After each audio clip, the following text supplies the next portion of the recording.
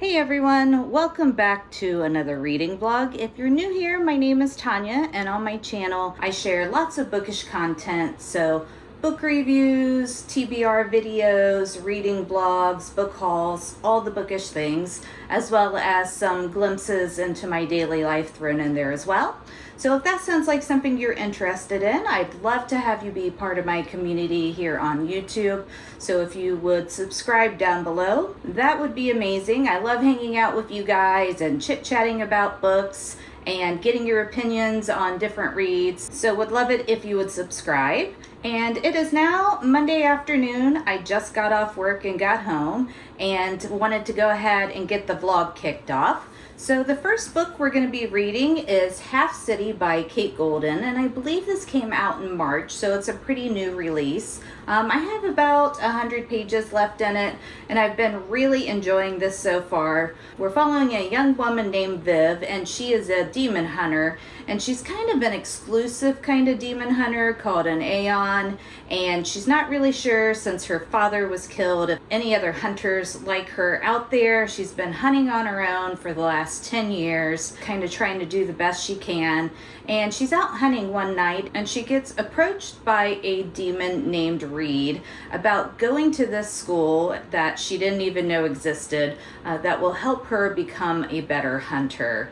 And she decides to take Reed up on this offer because she wants to see if she can learn more about her father's murder, plus take the opportunity to kind of hone her hunter skills. That way, you know, she can do her best to kind of take down all of the deviants in her city and keep it safe. And a deviant is a demon, a werewolf, a vampire, any sort of non-human creature that, you know, is not necessarily on the up and up.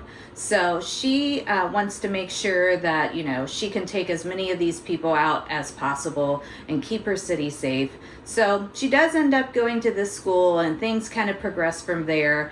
There is a little bit of a romance in here. It's a very slow burn in between her and Reed. So demon hunter and demon have a little thing going with each other. That's been fun to watch that play out. But what I'll say, my favorite thing about this book has been all the found family and the nostalgia. If you've ever watched some CW shows from back in the day, so think Buffy the Vampire Slayer or Charmed, then you're going to love this book. It has all, you know, the different creatures in it. It has the fighting, so the action, and a little bit of romance as well. And there, like I said, there's a ton of found family in it, which, you know, that's kind of the best part of the book. But really been enjoying it so far. We'll be finishing this one together probably today, and then we'll move on to our next read of the vlog, which is going to be Lady Tremaine by Rachel Hockhauser. And this one is a Cinderella retelling with kind of a big twist on the story. The stepmother is actually the good one, and Cinderella is the evil one. So I think that'll be a really interesting take on the Cinderella story. So can't wait to kind of see how that one plays out. And then I'm also currently listening to the third book in the Crowns of Nyaxia series, which I think it's called The Songbird of Heart and Stone. If that's wrong, I'll put it on the screen here. But really been enjoying just the series as a whole. And in this third book, we're following Misha's story. So I was definitely happy that we got to get more of her background and learn a little bit more about her after we finished Rain and Araya's stories. So I'll give you some more updates on the audiobook a little bit later. But like I said, wanted to get the vlog kicked off, and now I'm just gonna get changed. I'll have Pilates here in a little bit. I need to get Luna out on a walk, and then I'll catch back up with you later once I have a reading update.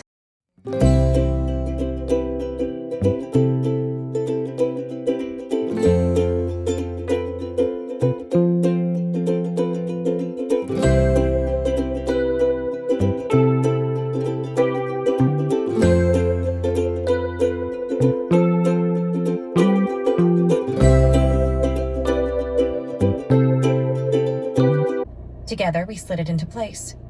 And when the box fell open, a disconcerting wave of it unleashed at the sight of him. Then his eyes flicked down, and his fear made...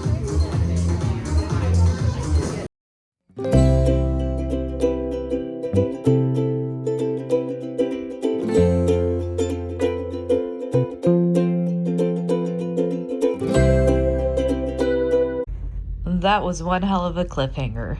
Happy Tuesday, my friends. I am back to give you a reading update, but before we do that, I wanted to share a little book mail that I got with you. I was sent a copy of A Kiss of Crimson Ash by Anuja Varghese. There's what the cover looks like. And the author's note says this book was inspired by medieval India and the Vijayanagara Empire. And I probably butchered that, but I did my best. So always happy to get another book to read. And this one is a romantasy. And here's a little bit of the blurb. Nandapur is a city of secrets and spellcasters, where seduction reigns and a power-hungry king who is never satisfied plots to unleash a weapon that has lived only in myth, until now.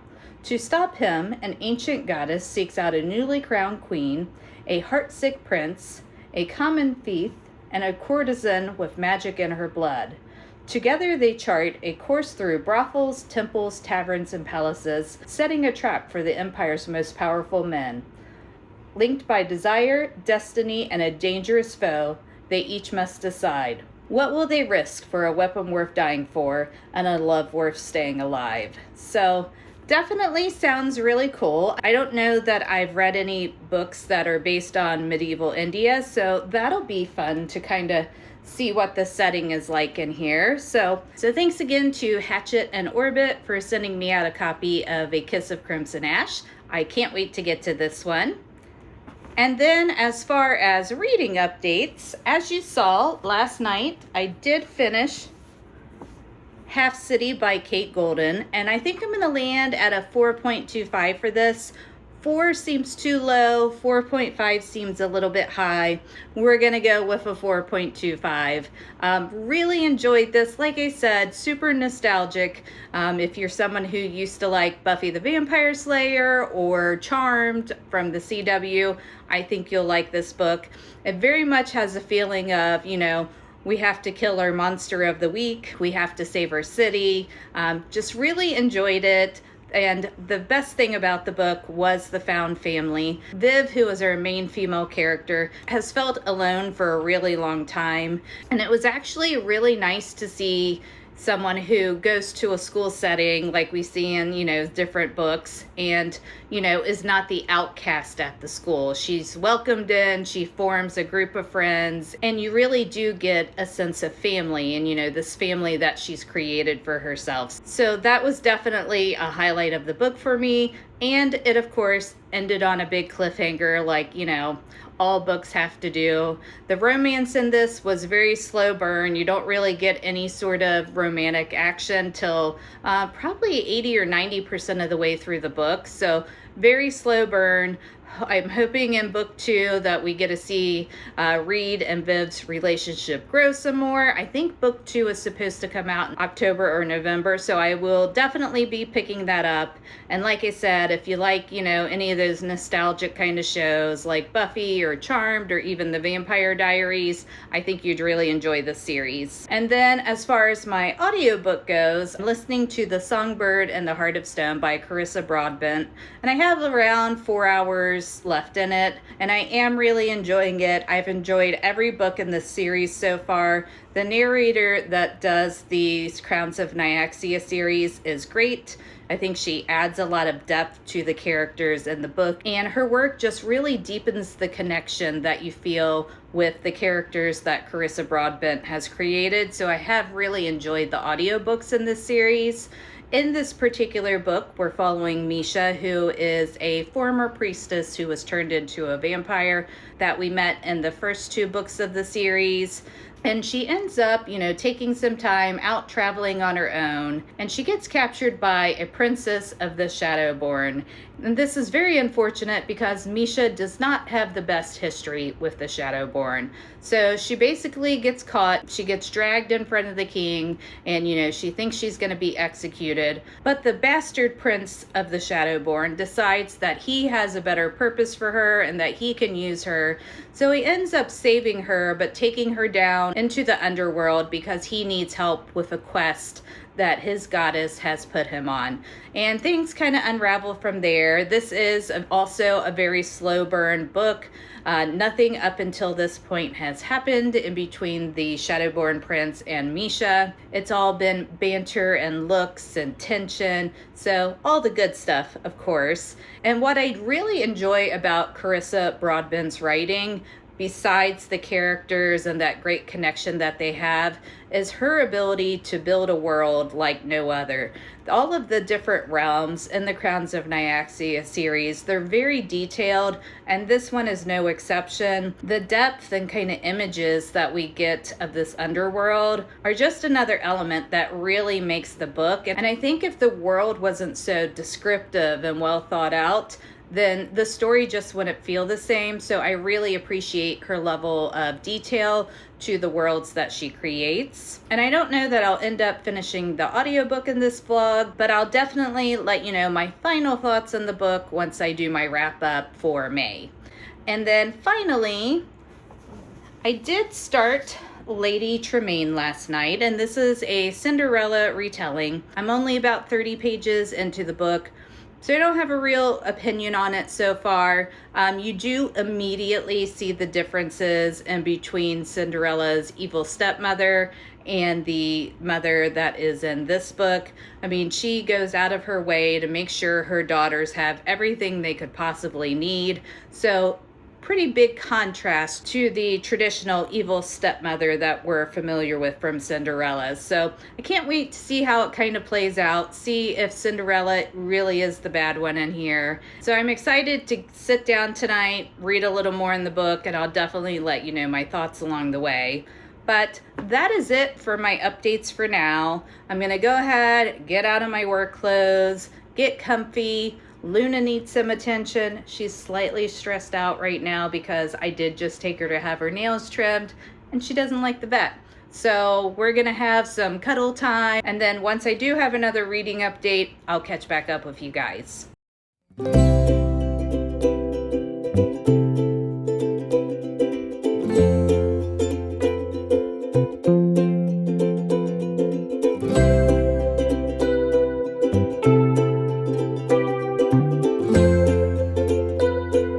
It was an indoor walk kind of day. It's raining outside.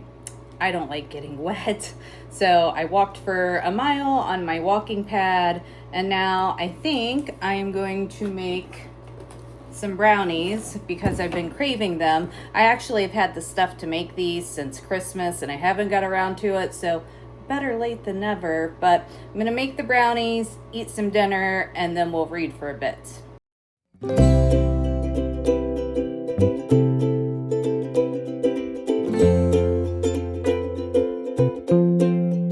As you can see, I wasn't kidding when I said I had everything to make these brownies since Christmas.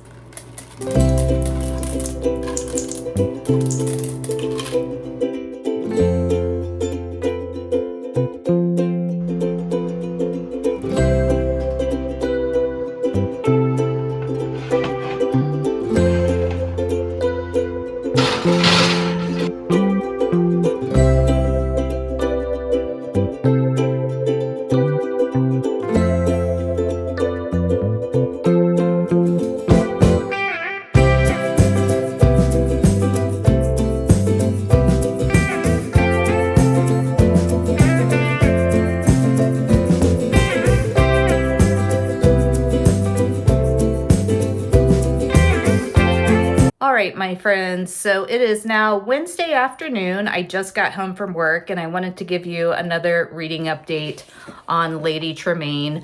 Sorry the dust jacket's not on there. It was a black glossy cover and my fingerprints were showing everywhere. It looked like poo, so I took it off. But anyway, I am now on chapter 12. I'm about a little over 100 pages in. And so far, I am enjoying it. I don't think this is going to be any sort of a 5-star read for me. But as I said, I have been enjoying it.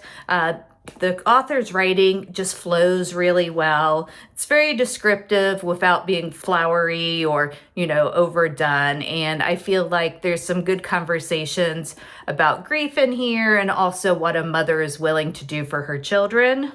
And also the impression I get so far is, I thought this was going to be, like a bigger twist on Cinderella.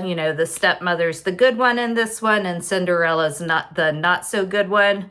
But the daughter that is Cinderella in this book, Ellen, she isn't some horrible person. She is a young woman who lost her mother at a really young age and never really learned how to deal with that. So she's caught up on etiquette and what a proper lady should do, and she doesn't really pitch in much with the household chores. But that being said, she's not going around yelling at people and being a terrible person. She's just a little on the uppity side, I would say, where the other two daughters in here are doing what they can to help their mother, Lady Tremaine, make ends meet. And, sewing things for the household or helping process apples from the orchard or things like that, where Ellen, she doesn't help out with any of that stuff. And there is going to be a ball in here that is, something that follows the same line as the original Cinderella. There will be a ball. We'll see how that all plays out. But this is definitely more of a character-based kind of book. There hasn't been any sort of big plot or anything of that nature. It's just the story of a mother's love and what she would be willing to do for her daughters. And I will even say our main female character in here, Lady Tremaine, some of her ideas of what she, her daughters should and shouldn't do are kind of stifling in that, she's kind of pushing them into some things that they may not want also, but, she's doing it all in the name of them having a better future. But I will say even her, some of her ideas are flawed, but overall, like I said, a good book. We'll see how things kind of play out from here. And then hopefully I'll finish this up either tonight or tomorrow and, kind of let you know what my final thoughts are. We'll just see how the evening goes. Today was kind of a long day at work and I have a Pilates class to go to and need to get Luna out. But still hoping to get the majority of this read tonight. So that's my update for now. And then once I get a little further into the book, or hopefully finish it tonight, I'll be back to give you another reading update. All right, my friends, I am back with another reading update on Lady Tremaine. I'm on chapter 25, so I have a little over 100 pages left. And so far, I haven't really had any change in how I've been feeling about the book. I have been enjoying the story. I will say there's not a lot of meat to the plot. It's definitely more of a character-driven story than a, intricate plot that's going to have a lot of twists and turns. So, if that's not your jam, then this may not be the best book for you, but overall, I have been enjoying it. I will say, I kind of thought this was a twist where, the stepmother was the quote unquote good one and Cinderella was, the bad one, but that hasn't been the case in this book. But that really hasn't been the case in this book. Our female main character, Lady Tremaine, she is much better than the stepmother in the, traditional Cinderella story, but she definitely has her flaws. She does do whatever she can for her family and her daughters, but she also kind of pushes this lifestyle on them that they don't necessarily want, what she sees as the society norms or etiquette. That, she doesn't allow her daughters to do certain things because it wouldn't be proper for a lady, and she wants them to be in good standing so they can get married and not have to suffer kind of how they are currently. But that being said, she's stifling her children. And, that's not something that they should really have to bear the weight of, is that her expectations of how society should see them. So I thought that's been kind of interesting. And Ellen, who is the daughter that is quote unquote Cinderella in this. She has not been, evil or bad at all. She's kind of caught up in etiquette as well, kind of like Lady Tremaine is. So she hasn't really wanted to help out around the house because, she's kind of trying to channel the life that she wants. And, but she's not bad. I mean, she's lost both parents by the time she was 8 years old. And, that has an effect on people. She's just heard that her mother was this proper lady. So she's always tried to be that kind of person herself and walks around with this etiquette book, and it kind of rules her life. And she's just kind of misguided and has had a lot of tough things happen in her life. So it'll be interesting to see how this plays out. The ball has already happened at this point, and it did have a little bit of that traditional Cinderella feel in some of its components. But yeah, so now I'm just kind of waiting to see how the end of this book plays out. Hopefully it's going to be a tale of living your life for your true self and not following these society norms. But I guess we'll see how this last 100 pages or so goes. So we'll be back later with a reading update once we finish this up. And yeah, we'll see how it all ends out.